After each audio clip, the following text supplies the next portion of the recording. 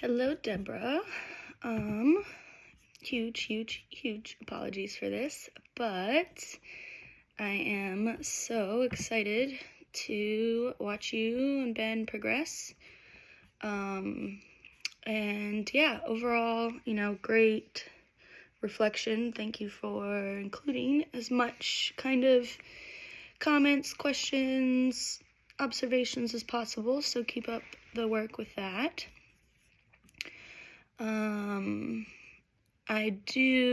Those really tall guys can be very tricky. So yeah, just keep reminding yourself and even Ben that, you're going to be a stickler with that posture just because it really helps the accuracy of his pokes and the flow and you guys' relationship progress quicker than others.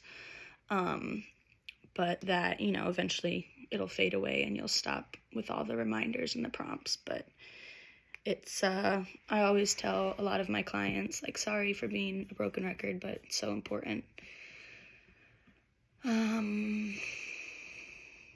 Yeah, I mean, he seems super duper regulated. The elbow thing is really tricky, especially when there's so much body. But yeah, I always just kind of, let me see what I said. I would also too, and I think you noted it, I think the board was a little too far because some of the times you kind of saw him leaning forward. So instead of that lean forward, or if the arm seems super extended, you want to bring it back in just so he can't really see, but so the arm has barely like a little bend and the board should be right at the end of that. And then also, I think the board was a little centered, so I would move it more over the center of the board should be directly over his right knee, about 4 inches above the knee. Sometimes though, when you're trying to prompt the body, instead of saying like sit back or sit up, I take it even further, like, let's feel the feet flat on the ground. We want to see those 90 degrees. Push your hips back. Feel your back up against the chair, the spine. Chin up, neck straight, eyes down. I really loved your directional prompts and continuation prompts, so keep it up.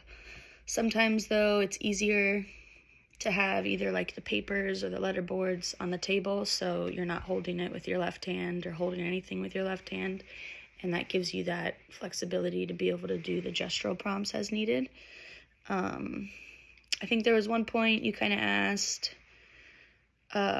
what he thinks of the story so far, and I'm assuming if one of your goals is semi-opens, then that was just too much of a broad or really a pretty open.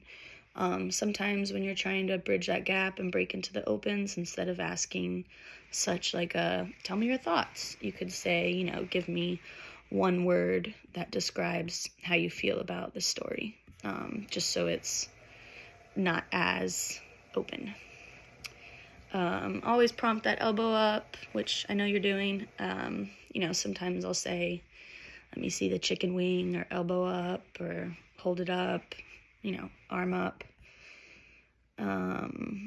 Again, it's really great that you notice the board placement after rewatching it, and great question about the spells, but I typically only use them at the very beginning after that first chunk for a warm-up. And then sometimes with like either some really difficult bodies or super young guys, I might use a little more spell onlys, but really they're just designed as a warm-up at the beginning, and then, you can decide on your own if you feel that your client is getting too dysregulated. And just, I always, again, kind of preface that with, hey, let's just do a couple spells so you can, feel grounded, have some accurate pokes. We don't have to think about the cognitive or the motor. And yeah, I guess my questions would be, I thought you were super relaxed. I'm reading all your stuff right now. But it's tricky. The first time you record, and even that first knowledge video, I was extremely nervous myself.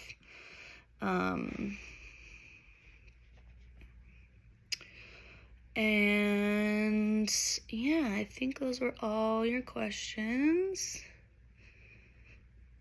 And